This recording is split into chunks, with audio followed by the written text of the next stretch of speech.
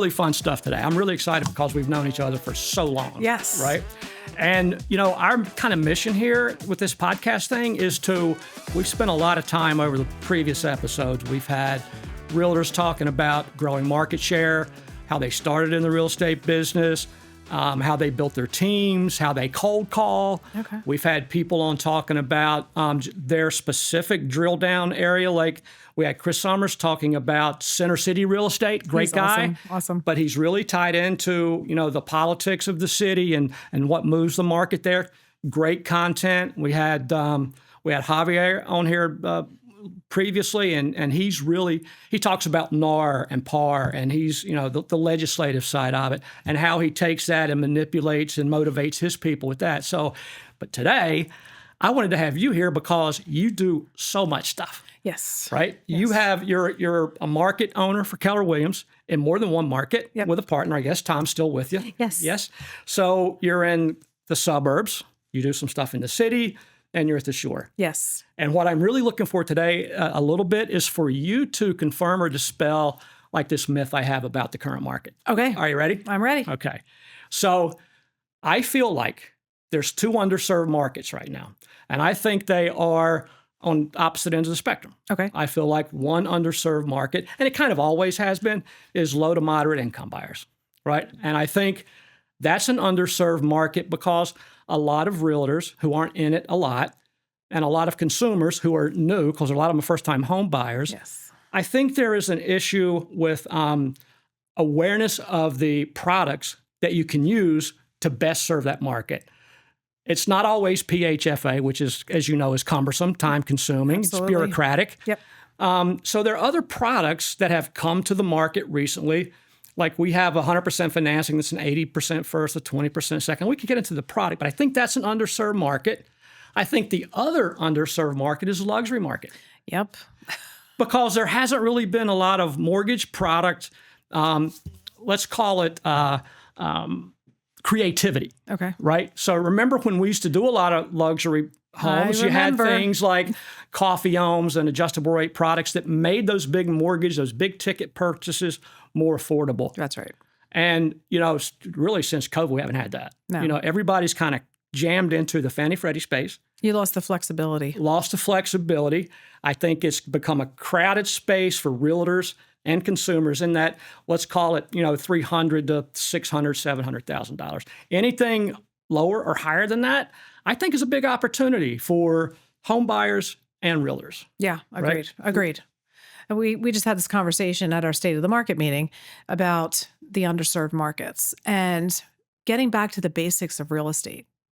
I think what's happened is we were in this crazy market. We never knew what was going to happen with COVID. COVID ended up being better, knock on wood, than we had thought it was going to be for the real estate industry. Mm-hmm. And we did really well. But a lot of people got into the business because we were doing so well and the market was doing so well. But a lot of those people didn't learn how to do real estate.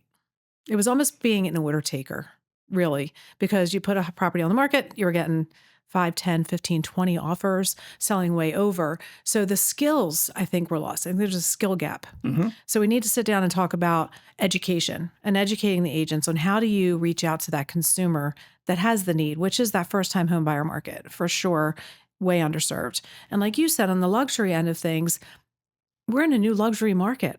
Look at prices have gone up so much that where I live now, Collegeville, Upper Providence, is a luxury market. Mm-hmm. And it wasn't a luxury market just 4 years ago. So, the skills are different. Dealing with that type of a consumer and client is different. So we need to make sure that as brokers, that we're educating our agents on exactly what it takes to deal with those two ends of the marketplace. That middle side, it's always going to be busy. They're always going to be well served.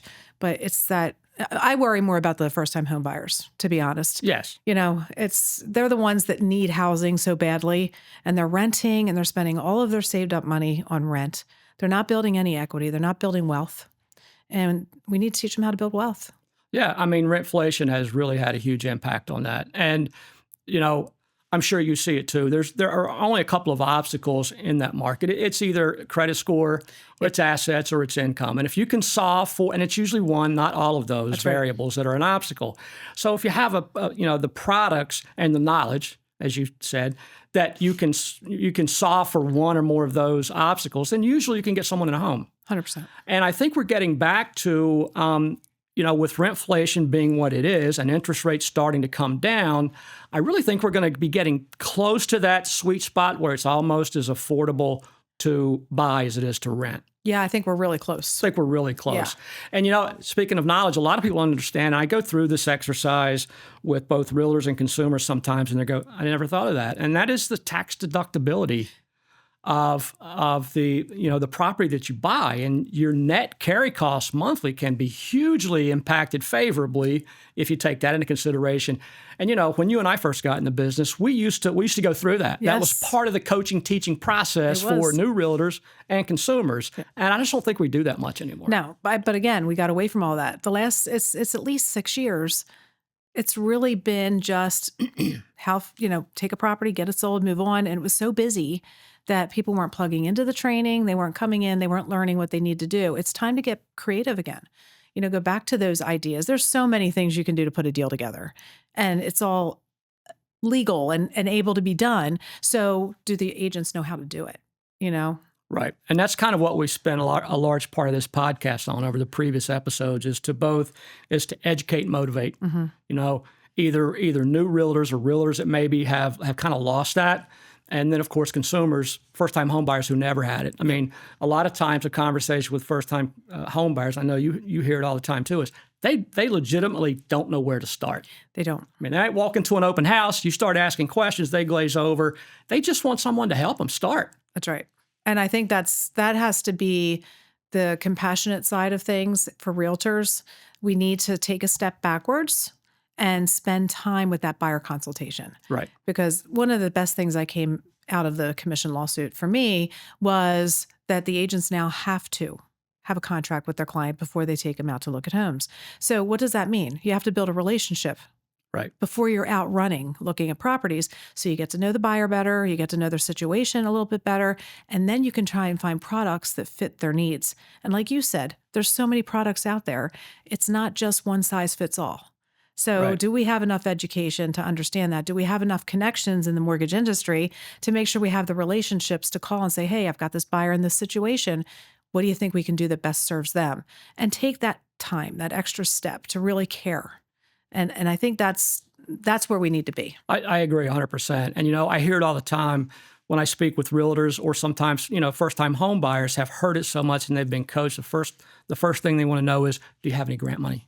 Right. You don't always need grant money. No. There's other ways to solve that problem without going through the bureaucracy, particularly in Center City, Philadelphia, where you have to, you have to go through the educational process before you sign the agreement to sell. And, the other thing is, well, do you do PHFA? Nothing against PHFA. They serve their purpose, but it is the most bureaucratic process for a lender. And it just tacks on time that a lot of times you don't have, particularly in a busy market. Yeah. I know 6-8 months ago, PHFA loans, you couldn't close one in 4 months. Okay. Right? It's just time-consuming, frustrating relationship killers, I call them, because nobody's happy at the end of that transaction. Well, no one wants to wait. No. Yeah. People want immediate gratification. Immediate gratification. And you're right. It's just looking for the right lender, having a relationship to know what other products are available that can expedite this particular scenario to get it to closing. Yeah. And I think, thinking back to when we were doing a lot of our own stuff before the market went in different directions and we're in the positions we're in now, we were always looking for those relationships with lenders. Knowing what the products are, having a great relationship so you can call on you at any time and just say, hey, listen, I've got this person. What's the best thing for them to do? Because we don't know your business as well as you know your business, and you don't know ours as well as we know it. So I think that connection and that relationship is it's so key and so important. It is. And I think for 2025, I mean, there are a lot of things that could happen. We have some political pressures that are moving the market, both in real estate and mortgages. But I feel like there's just so much opportunity in 2025 based on a lot of things. I think we get some inventory back. I think where interest rates are now has been normalized. People are not waiting for 3%, and to have that conversation about, there's a cost to waiting. If you're waiting for the interest rate to come down, home prices are going up. We're in a weird market. Exponentially. Yes, exponentially. Yeah. We're in that market where home prices just aren't tagging or trailing or following interest rate movements. They're going up regardless, right? So if you wait for interest rate movement to come down where you think it should be, you're losing money. Absolutely. You're losing equity. You're losing wealth, essentially. It's counterintuitive. Right? Yeah. It definitely is not the best choice because, like you said, if you look at the history of our market, even when the market tanked back in 08, 09, we didn't get affected like much of the country. Right. Especially in this Northeast corridor, it's very protected. Our values stay. If we see 3 to 6% backwards, that's kind of a lot. Mm-hmm. So I feel like this waiting is not smart. It's not a smart option for any buyer.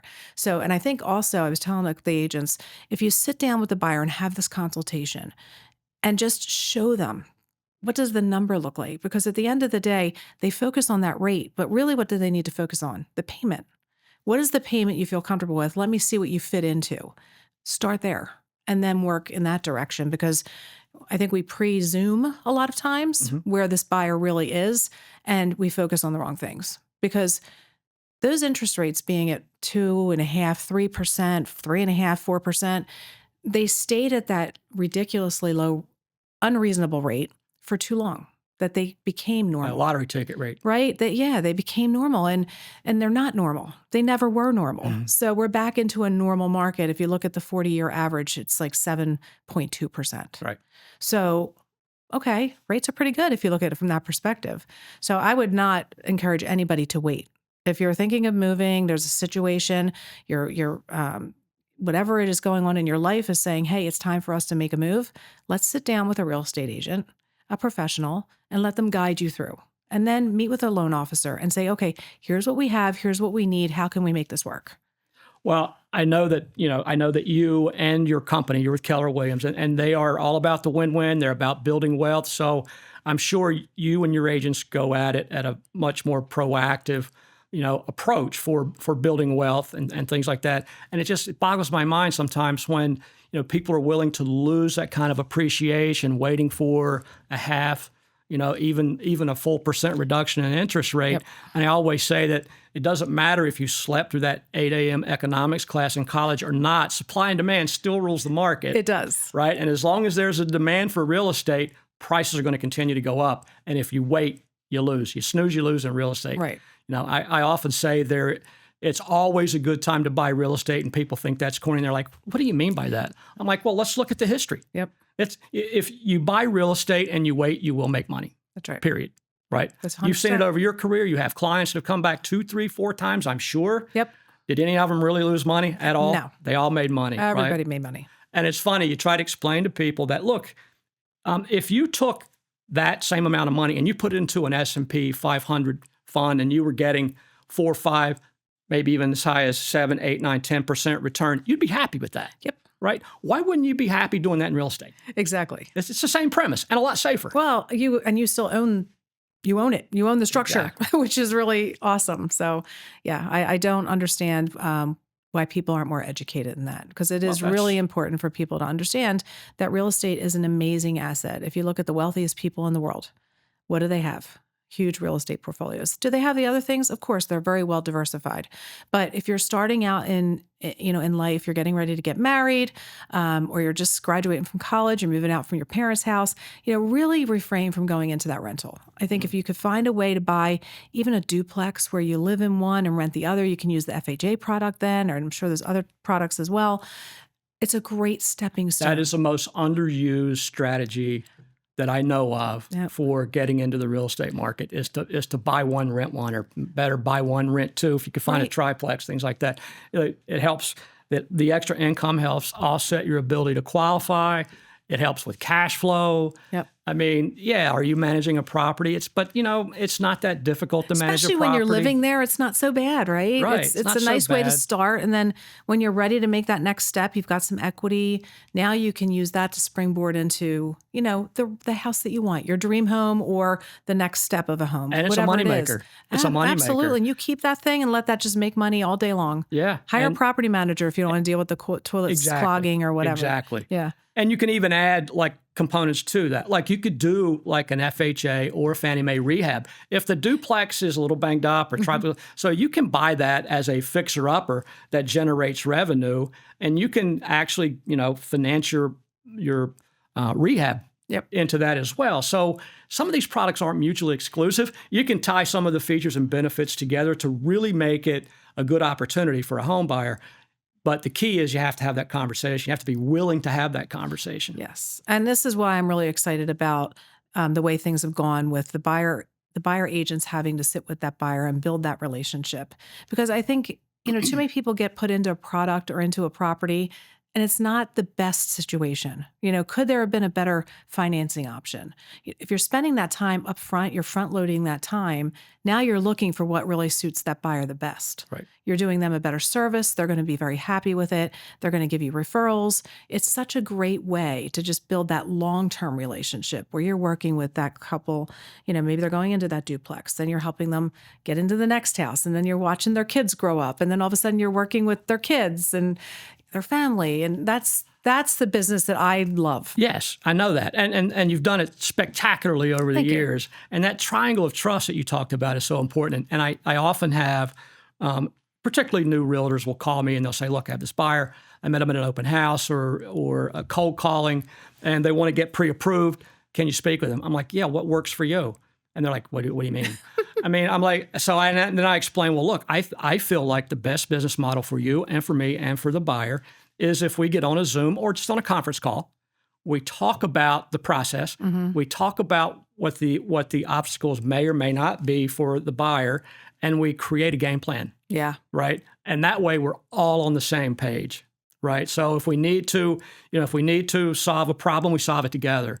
Right. And it's a great way for new agents to learn the business too, because sometimes I'm sure your organization, as every Keller Williams, is huge on training. Yes. And I love doing training at Keller Williams offices because they always show up. The attendance is huge. I'd love to do that. Yes.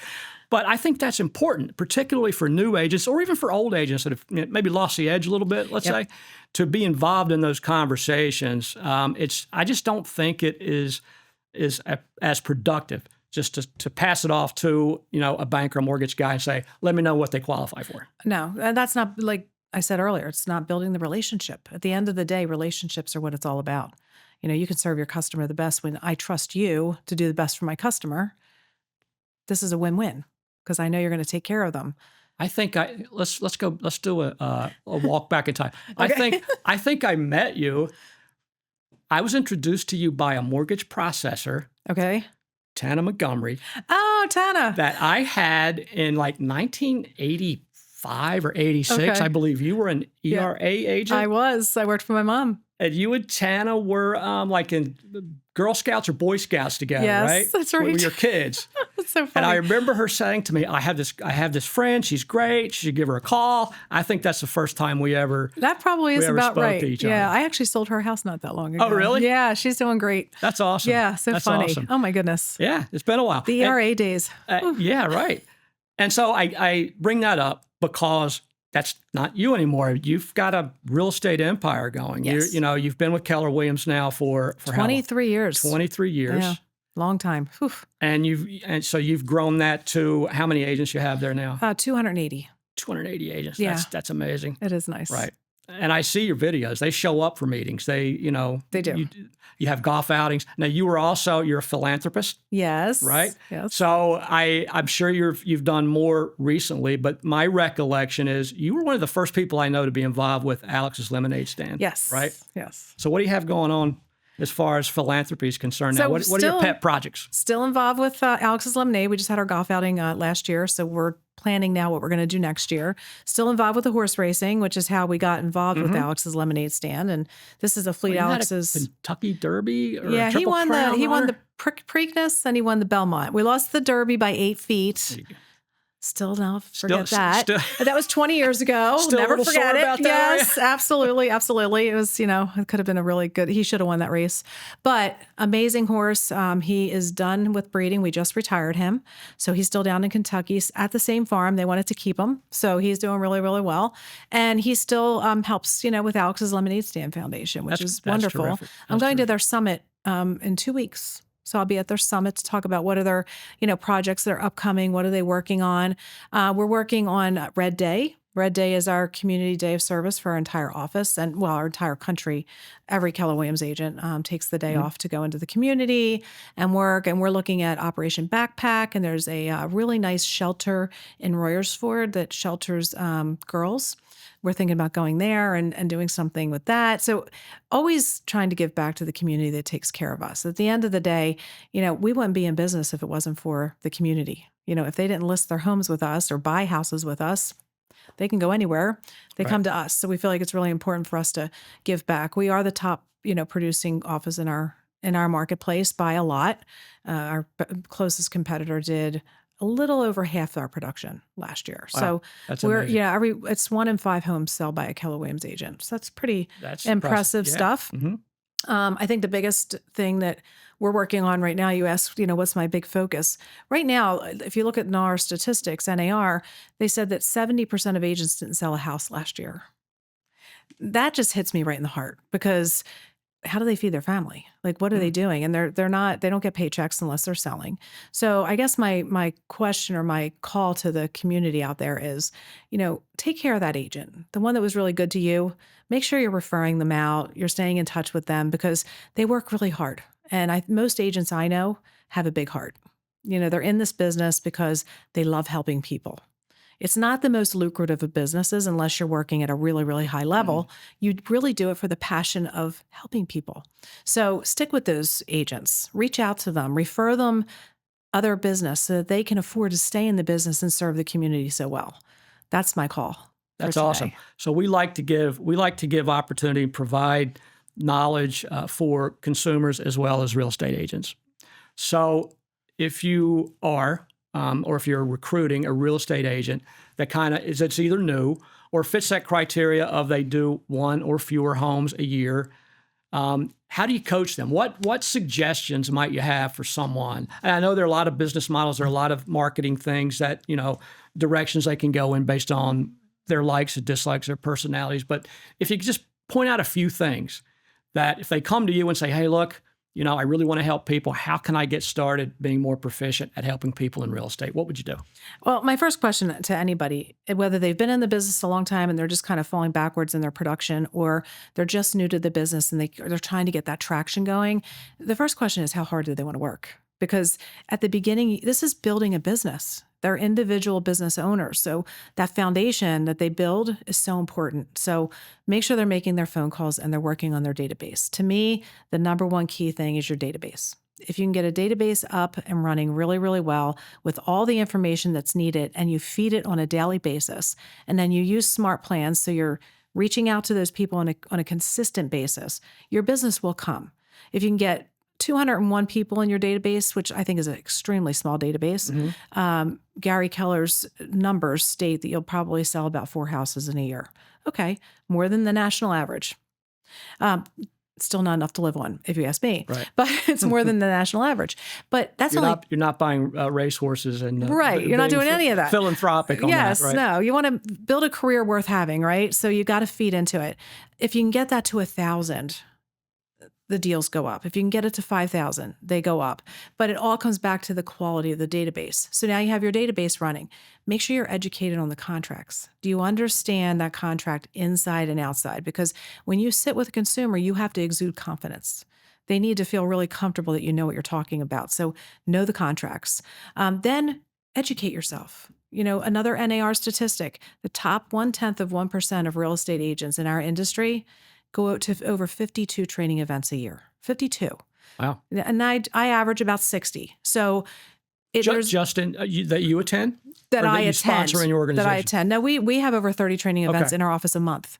So every month we have at least 30 training events going on. Impressive. And we do get turnout. And I'll tell you, if you look at the agents that show up, they're the agents that are producing at the highest level. So, success leaves clues. Look at it. Look at them. Watch what people are doing.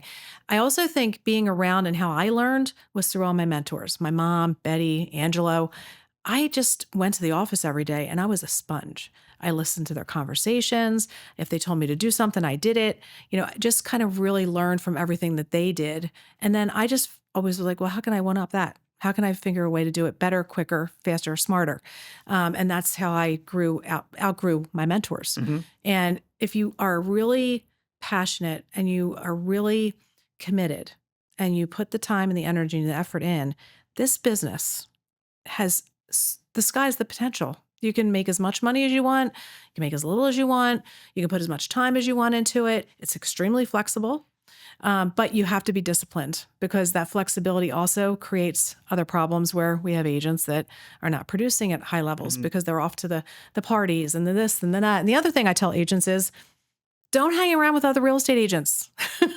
They're not buying houses from you. You need to go out, really get to know the community, serve your community, get on a board for a chamber of commerce or for a school board or, do something where you're going to meet people. Well, so what I'm hearing, and I've said this, in the podcast and in trainings and things like that too, is that it's really about being persistent. Yes. Right? How bad do you want it? That's right. Every lead you're not going to monetize immediately. Nope. Right? And I tell people all the time that sometimes the activity of the day is the win. Yes. You made the effort, you made the calls, you posted the social media content, you did your marketing, you didn't let anything sit until tomorrow that could be done today. Sometimes the activity just has to be the win until they aggregate and monetize. You're building that momentum. Is that fair? That's a very fair statement. Right. Absolutely a very fair statement. It's important. And again, that consistency is key. Really key. So, talk about consistency. You've done great in your market in the PA suburbs. Now you're at the shore. Yes. How's that going? It started off as just a pet project. I go down to Atlantic City. I have a friend, one of my best friends is down there. So I stay at the Ocean Club. So my office is right on the boardwalk. I get to look out the front window at the ocean, which I love. I love the water. So I go down there and I get a lot done. It's, I go down there to relax, but my mind is peaceful there. So I feel like I'm more productive. So I get a lot done. I have 12 agents in that office. So it's a smaller office compared to up here, but it's more of a boutique-y type market down there. But we're on the boardwalk. So we get walk-ins all day long.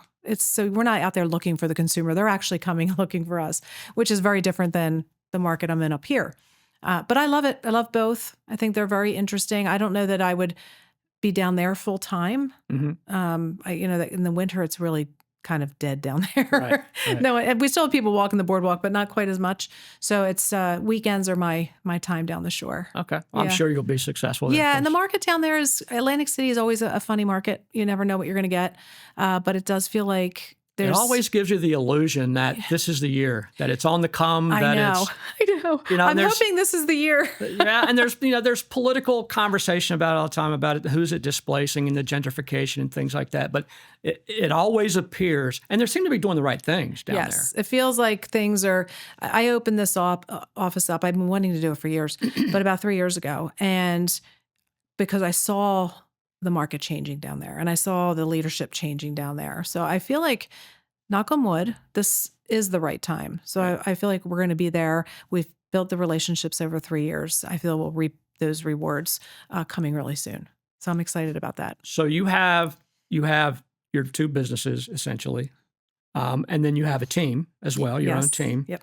And you, like anyone who's usually successful in the market, you're active. Like you're listing properties, you're selling properties, you're doing a lot of things. Yes.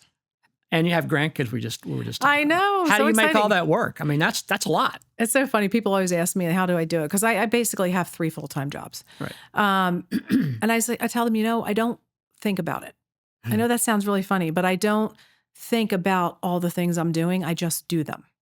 So like my calendar, for instance, I'll look at my calendar the evening before around 6 o'clock to see what do I have the next day, because I don't want to get myself stressed out thinking about all the stuff. Yesterday, I think I went from 5 a.m. till 7 p.m. And most people are like, oh my gosh, that's like working all the time. When do you have fun? I'm like, my job is fun. I really love what I do. So when I go out and meet that new owner and I'm talking to them about their house, or I was with a gentleman yesterday, 76 years old. He's selling 26 acres up in Springford School District. I mean, come on, that's like a slam dunk, right? And he had a developer talking to him who wanted to underpay him. So he asked me to come out just to give him an idea. And I was like, oh no, you're worth about $800,000 more. So, now I spent time with him. That wasn't work. That was like very rewarding. We were walking outside. We walked the property. It was a beautiful day. Well, and it's gratifying to share your expertise. I mean, that Yes. knowledge base didn't just fall out of the sky. I mean, you've accumulated that knowledge base over years of working with, in that market space with people like that. So, and if you're not in it every day, you don't know. That's right. And that's as being a working broker, I know a lot of my competitors like, oh, but Terese is out there and she's competing against you. I don't compete against my agents ever. And what I try to teach agents is everybody has their own sphere of influence. My sphere is my sphere and your sphere is yours. They very rarely connect. Yeah. Well, I mean, I personally would want to be affiliated with a market leader who's in the trenches. Yeah. Right. I mean, So you don't get detached from reality. exactly. Like, you know what's going on in the market, what, on every level. Yeah. So, you can not only do your job, you can help other people do their jobs. I think that's, lead by 100%. example is. Yeah. And I is think the mantra. I think I've built some big businesses. I had a few people that have been on my team that have branched off and now they have their own teams and they're growing and they're being very productive, but it's because they were around success. They were around my knowledge and they got to watch me do it every day. And then it just kind of became theirs. And it's fun to watch. It's like watching, your little kids growing up and going off on their own and Right. building these beautiful careers. And I love mentoring. Besides working with buyers and sellers, working with new agents and teaching them this business is so rewarding. And somebody needs to do it. Somebody needs to get this new generation of agents really educated so that they can do the same thing and take care of people. It's not a money transaction. Right. Yes, can you make money in real estate? Absolutely. The second you start thinking about it that way and not as a relationship with the consumer and the person, that's when you start to not do well in this business because they read it. They can Well, it's see funny. And I think experience like leads us to that. Yes. Right. And seeing it firsthand and watching people grow and being a parent and a coach and a mentor and all those kinds of things. People ask me, it's like, are you making any money on that podcast? I'm like, well, everybody likes money, but that's kind of not the reason I do it. Right. The reason I do it is if I can bring some knowledge to a young realtor or a realtor that's trying to do something different, or to a consumer that's gotten shut out of a market for whatever reason, and because they didn't have the knowledge or access to mortgage products that would make it happen for them. I mean, that's what I'm in this for at this point, right? It's like, and I think if you have that kind of a servant mentality, then everything will work out for everyone. That's right. Right. And that works for servant leadership too. So your servant mentality to your consumer, servant leadership to your agents that work with you or your teammates, and you're just giving. I mean, at the end of the day, if you can just give every day. So if someone's watching this and they're like, you know what, she's saying all the right things, I want to get on her team, I want to join her organization. What's the best way to do that? How can you be best found for people that want to find you, whether they're a buyer or an agent or whatever the case might be? So they can go to my website or they can call my cell. Can I give that? Sure. It's 610-212-0848. Reach out to me anytime. My email's Terese, my first name, kw@gmail.com. And I love working with new agents. So if you're out there in the business and you've been in the business for less than, those 6 years I'm talking about, and it's just not clicking, it's probably because you're just doing the business wrong. Come over and talk to me. I can help fix that for you and get you situated. We're always looking for people on our team, which is great. You get to work with me directly. In my office, you get to work with me directly as well. It's just a little bit different of an animal. We have scholarships for real estate classes. So if you're out there and you know someone who's thinking about getting into the business, please have them call me. I can walk them through that whole process and get them the classes. And then they can come in and they can learn from, I think, the best in the industry. We'll teach them everything that they need to know. So that's a lot of fun. Well, we had a guest on the show a month or so ago, and then they said something that I think is really, really true for realtors at any level, and I think it's really true for a lot of loan officers too. And that is that it can be lonely. Yeah. We're more or less self-employed people. We have to find our leads, we have to develop and nurture our leads, and then we have to service that until it turns into a commission. That's right. Right. So, and that can be a lonely process. If you're not engaged with other people and bouncing ideas off of other people, I think work from home has become a real Achilles heel in the mortgage industry. I can't speak for real estate, but it can be a very lonely process, and you can quickly become normalized to selling one home a year if you're not if you're not engaged, fully Right. engaged. You definitely need someone pushing you. I really do. Like I said, the people that come into the office are out producing the ones that don't.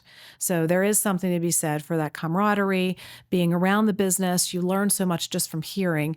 But if other people are active and doing things, you're going to be active in doing things. Right. If you're at home and there's no one to watch, there's no good example. You're it. So, if you're not a real highly motivated person, it's easy to get distracted doing the laundry or, making a baked good or whatever it is that you want, or watch TV. Right. I mean, Netflix is like the worst thing that ever happened to all of us. True. I love Netflix, don't get me wrong. But I mean, at the end of the day, how much time do we waste watching these series? It's like, oh my gosh, I could have done so much more for my business if I didn't watch that 1 hour show. So, I think I'm guilty of it though. I get hooked. I go down the rabbit hole, and me I too. Just got binge, done and it's watching Reacher. All these wonderful shows. But it really does come back to being really self-disciplined. And I do think if you look at the most successful agents out there in the business, they have a really good schedule. They get up in the morning around 5:30. They do a little bit of an exercise, go to the gym, whatever it is they do. They read, they journal, they're showered, changed, and they're at the office or they're up working before most people are even out of their bed yet. So those 2 or 3 hours in the morning before the rest of the world's like kind of really going are the most productive times for most agents. Right. So I feel like you have to just have that discipline to be able to do that. And if you have kids, I mean, I started as a single mom and it was difficult, right? But it's a wonderful, forgiving business in that regard because I took my son on showings. It was really great. I think he helped me sell some houses. So there's really no reason that you can't get into this business, even if you're a single parent. That's all right. We can work around and that's the teamwork. That's another side to it. And I had someone ask me once, and it was during or shortly after a really downturn in the market, an extended down. We've had them, right? Yep. We've had extensive downturns in the market. And I had someone say to me, and this is after my kids were kind of sort of already grown, they said, so if you had it to do all over again, would you still be in the mortgage business? And I had to stop because it was a little bit soured and bitter over the market downturn that we'd experienced for a couple of years. Yep. And I said, you know what? I think I would, because through it all, I was still able to maintain, a standard of living. And more importantly, I never missed a baseball game, a football game. Whatever my kids had, like right after school, 3 o'clock, 4 o'clock, plays at school, matinees, never missed any of those because I had the luxury of being able to manage my own time. Yeah. Right. So, and that's important. That's the huge. quality of life is important. What is Keller Williams? Lives worth having, right? So Yep. that's important. Business worth owning, lives worth having, legacies worth leaving. But it is the flexibility of this business is for both of us is just amazing. You really can work everything around timing, which is awesome. And that's why I love working with listings too. I mean, listings are just a lot of fun, but you meet the seller at their house for an hour and a half, 2 hours, but everything else you're doing is behind the scenes. You can do that behind the scenes work really anywhere, right? It's just marketing. Make sure you're. So let me ask you about listings. Yep. We talked about home buyers and how to work with home buyers and get them their educational needs and their resources to get them off on the right foot. Yes. So I feel like in the market we've had since we were in a 3-4% market, I feel like it's equally as important to work with listers because in my opinion, again, you can dispel this and I'd be happy for you to dispel this. I feel like part of our inventory process is because sellers don't know where to go. Yeah. It's like, okay, I have equity. I'd love to get my hands on it. I'd love to go do something different. Where do I go and how do I get there? Yeah. Well, So is that a new part of your process with listings, or has that always been part of the process? it's always been part of the process. Again, it's that needs analysis. What is it they're looking to accomplish? The problem is, are we getting in front of them? Mm-hmm. A lot of people are sitting back, waiting and seeing, but you made a great point. How many people don't realize how much equity has grown in their home? Just in the last 4 years. It's gone up so much in our area that we talk to some consumers. They have no idea that their home's gone up $200,000-$300,000. I mean, that's not 20 or 30,000. Right. It's 2 or That's 300,000. So, perfect example. My next door neighbor had me come over to look at their house, and I walked in. They're like, "Okay, we think it's worth about $780." I'm like, "Well, we're going to have a great conversation because I listed it for $980, and it sold in like 2 days." Right. They would have sold it for $730. They didn't know. And they're very intelligent, smart people. They just weren't in tune to our marketplace the way that we are. This is why talking to a seasoned professional real estate agent is so important. You need to find out what is it really that you need to know. And we're finding people just have no clue how much equity is in there. And then as far as moving again, don't focus on that rate. You know, a lot of sellers are sitting tight because they got those rates that were a little bit lower than normal. And they're waiting because they don't want to give that rate up. But there's a reason you want to move. The house isn't suitable anymore. It's too big, it's too small, it's whatever. Maybe your job moved location and you're staying there to save this rate. But if you run the numbers and look at how much equity you can pull out, and the prices are only going to continue to go up. Mhm. So use the equity, find a way to buy it down and move on. Right. I think there's just a lot of creative opportunities out there that people need to rely on a real estate professional for. All starts with that conversation, though, right? It really, that needs analysis. Got to find a professional Yeah. with the experience and then have the conversation. Yeah. Yeah. And I think that needs analysis is the most important thing. Just really finding out what it is that you're really trying to accomplish. Because I think a lot of people don't know sometimes. Right. They really don't know what they need or what they want until they have someone come in and maybe expand the horizons and thought process. So I know you're a baseball fan. I am. All right. Today's opening day. Yes, I know. Okay. Yes. So I'm going to ask you this question, Uh-oh. and maybe we should put the Jeopardy music on. Your leadoff batter, opening day. What's your walk-up song? Oh. You get to pick your own walk-up song. What's your walk-up song? Oh my gosh. I don't even know. I don't know. Give you a second. We'll Give come me a back to second. that. I'll think We'll about come that. back to Okay. All right. That's a fun That's question. a great I like that. question. You should have I warned me love about that one. question. I love that question. Maybe should have warned you about that one. We've had some crazy answers, actually, on that question. But let me say, it's been fantastic having you here today. Not because we've known each other for such a long time, but you have so much useful market information that you've developed over time, tried and true. Yes. And I just think it's great. If anyone is looking for an opportunity to get into a forward-facing, forward-thinking training environment to learn how to do real estate and do it right, by all means, reach out to Terese. She's fantastic. And she's got a proven track record over how many years? Just at Keller? 32 years in the years? business. Oh my Okay. goodness. 23 at Keller Williams. That's awesome. Isn't that crazy? That's awesome. Yes. All right. What's the walk-up song? Let's go. What's the song with Because I'm Happy? Because I'm happy. What's that song? Oh my goodness. I don't know. Pharrell. Yes. Okay. Pharrell So we'll go song. with that. Yes. I've just been to enough events with, my kids are younger in their 30s, and that Pink Pony song, that's the one I hear. Oh. I'm like, Pink Pony. I'm just trying to think what's going to get the people in the audience going, know? Right, Some of those songs are awesome. I just love it. Exactly. Oh, so much fun. Yes. Well, Terese, this has been amazing. I'm Thank you. so glad, you're very busy. It took us some time to get the scheduling worked Yes. out. I'm glad we were able to do that. And again, our focus with these podcasts is to educate and provide information for consumers and realtors that want to grow their business. And I think we've done that today Yes. with your help. Thank you so Thank you for much. having me. I really appreciate it. All right. Thank you so Awesome. much.